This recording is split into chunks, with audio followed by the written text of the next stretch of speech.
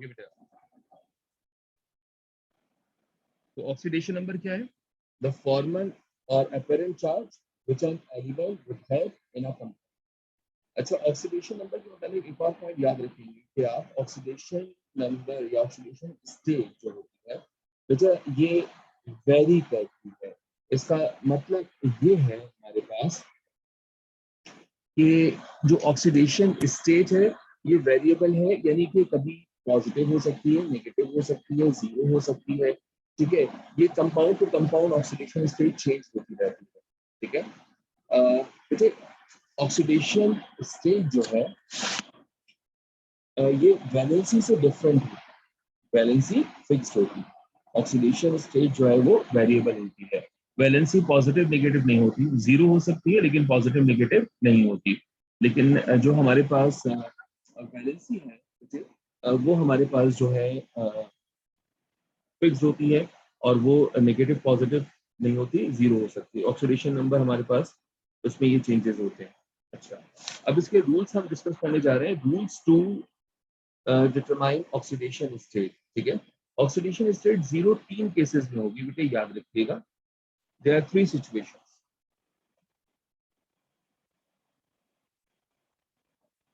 ए, first situation ये है कि अगर कोई एलिमेंट है तो उसकी ऑक्सीडेशन स्टेट जीरो होगी।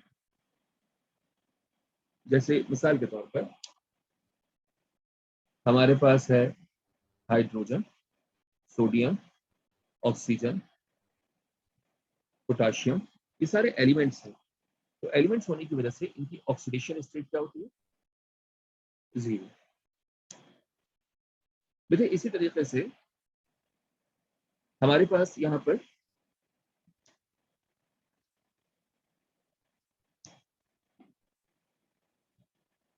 डायटॉमिक मॉलिक्यूल्स हैं।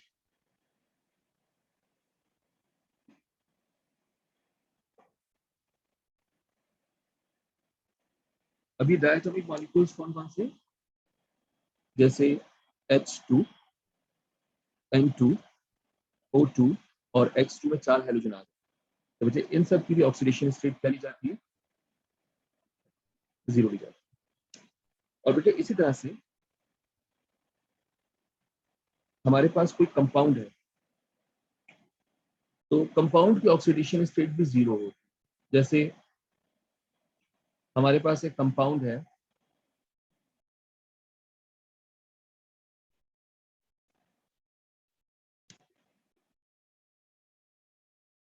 NaCl, तो इस NaCl की जो ओवरऑल ऑक्सीडेशन स्टेट होगी वो जीरो होगी। इसी तरह से कैल्शियम कार्बोनेट है, तो बेटे जो इसकी ओवरऑल ऑक्सीडेशन स्टेट होगी वो जीरो होगी। और देखो इसको समझो कि कैसे जीरो होती है, इसको लिखते कैसे? इसको लिखने का क्या तरीका है हमारे पास?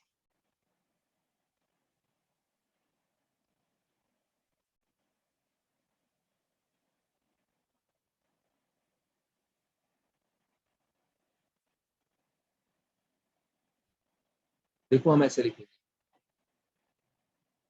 Na plus Cl overall equal to zero, या Ca plus C plus 3 oxygen overall equal to zero.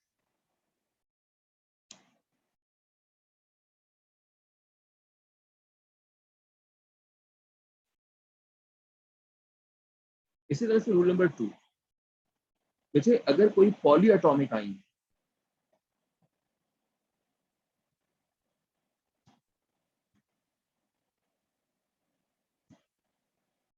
तो पॉली एटॉमिक आइन के लिए याद रखिएगा कि रूल ये है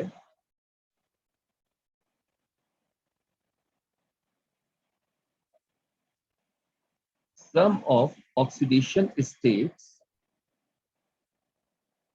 is equal to charge on polyatomic ion। ठीक है, तो ये इसके इक्वल होगा। अब जरा समझो बात को।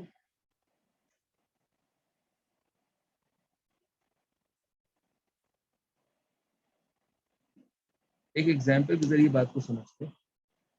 जैसे SO4 -2 ये पॉलीएटॉमिक आयन। तो बच्चे यहाँ पर हमारे पास sulphur plus 4 oxygen will be equal to -2। या हमारे पास है तो nitrogen plus 3 oxygen is equal to -1। या PO4 -3 phosphorus plus 4 oxygen is equal to -2। तो बच्चे ये हमारे पास जो है पॉलीएटॉमिक आयंस की जो है वो बात होती है। ठीक है, आई होप ये बातें आपको समझ में आ रही है। बेटे थर्ड रूल है कि जो हमारे पास हाइड्रोजन होगा, बेटा हाइड्रोजन जो है इसकी ऑक्सीडेशन स्टेट +1 भी होती है और हाइड्रोजन की ऑक्सीडेशन स्टेट -1 भी।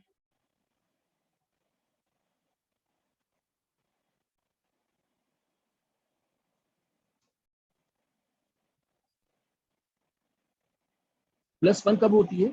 जब ये विद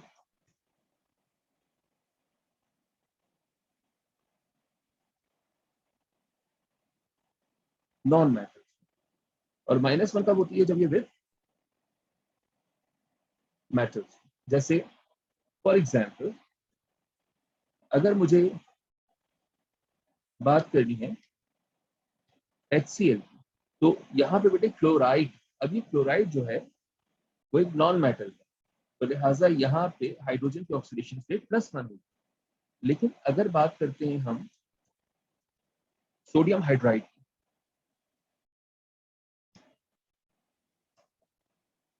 तो सोडियम हाइड्राइड की ऑक्सीडेशन स्टेट भी यहाँ पर +1 है। तो इस हिसाब से यहाँ पे हाइड्रोजन की ऑक्सीडेशन स्टेट क्या हो जाएगी? -1। तो मेटल के साथ -1 और जो है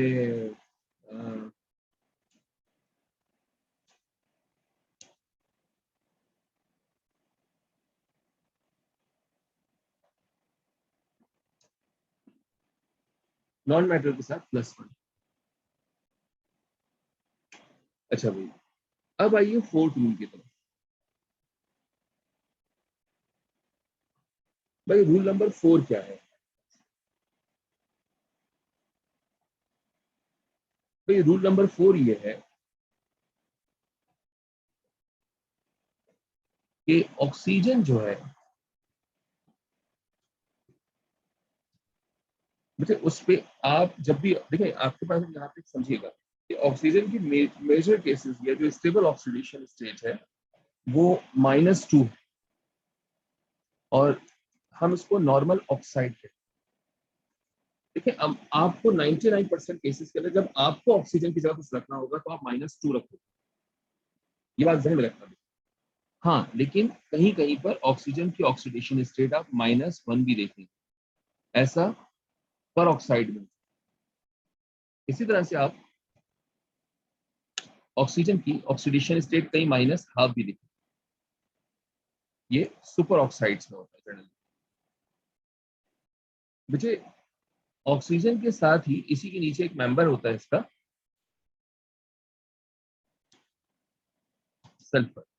तो मुझे सल्फर की ऑक्सीडेशन स्टेट जनरली +6 होती है, लेकिन याद रखना अमूमन +6 हम इसकी जो है कई कई केसेस पे आप रख रहे होते हैं, लेकिन सल्फर की जो ऑक्सीडेशन स्टेट की रेंज है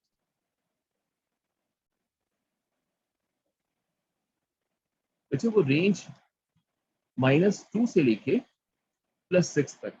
ठीक है, तो वैसे सल्फर के केस बहुत कम आएगा आपके पास ना, मतलब ऐसा नहीं पूछता वो, लेकिन आपको पता होना जरूरी है। अच्छा, अब हम बात करते हैं हैलोजन्स की।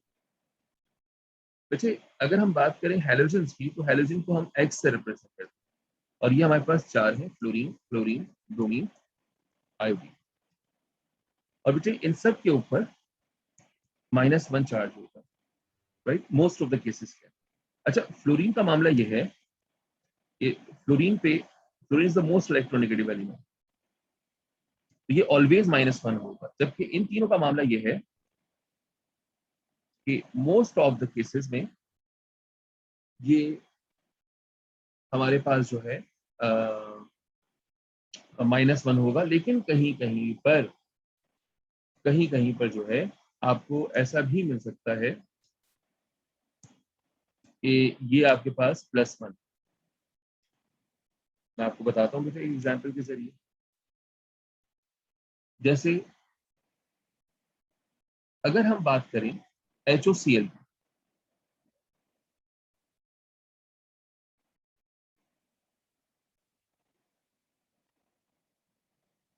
तो HOCl के अंदर जो है बेटे Cl की जो ऑक्सीडेशन स्टेट है वो +1 है। ठीक है, तो ये सब समझाने के लिए मैंने आपको बताया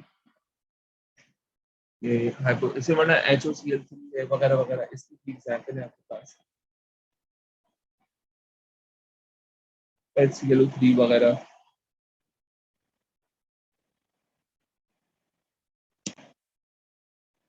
बच्चों एक और रूल इसका ये है जो कि मेटल्स के बारे में, जैसे लिथियम, रोवेडियम या सीजियम, तो इन सब टू का है, जैसे बेरिलियम, तो इन सब की ऑक्सीडेशन स्टेट +2 होगी। और बेटे ग्रुप 3 ऑक्सीडेशन। अब आइए मैं इसकी कुछ एग्जांपल्स करवाता हूँ आपको।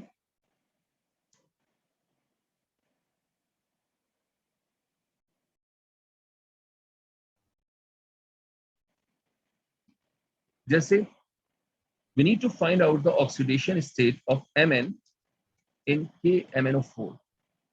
अब इसको कैसे सॉल्व करें बेटे? ये K है, Mn एंड 4 ऑक्सीजन। देखो ये ओवरऑल एक कंपाउंड है ना, क्योंकि इसके ऊपर कोई चार्ज नहीं है, that's why it's a compound. So the oxidation state is equal to 0। Potassium देखो ग्रुप 1 का है, आपको नजर आ रहा है पोटेशियम लिखा हुआ ग्रुप 1 में, देखो मेटल से पॉइंट नंबर 6 में, तो आप इसकी जगह +1 रखो, तो रखना हो तो आप हमेशा -2 रखो।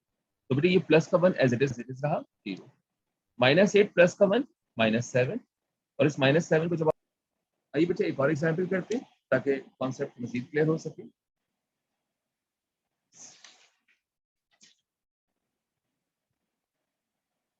Let's suppose we need to find out oxidation state of Cr। तो बच्चे K2Cr2O7 जो है उसमें हम बचे 2 potassium 2 Cr plus 7 oxygen is equal to 0।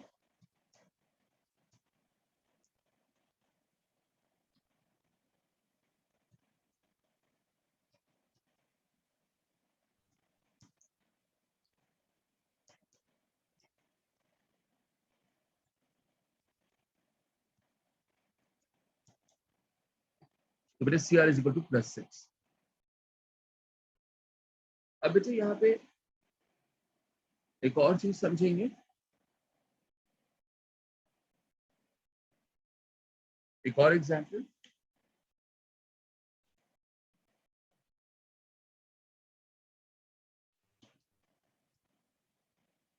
S in SO4 -2,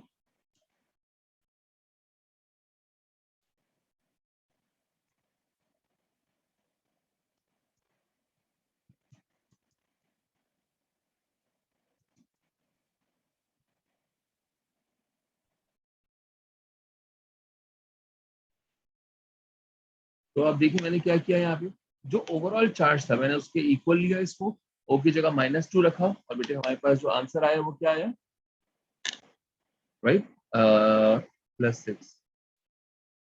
तो आई होप कि बेटे ऑक्सीडेशन स्टेट की बात आप लोगों को समझ में आ गई होगी। ठीक है,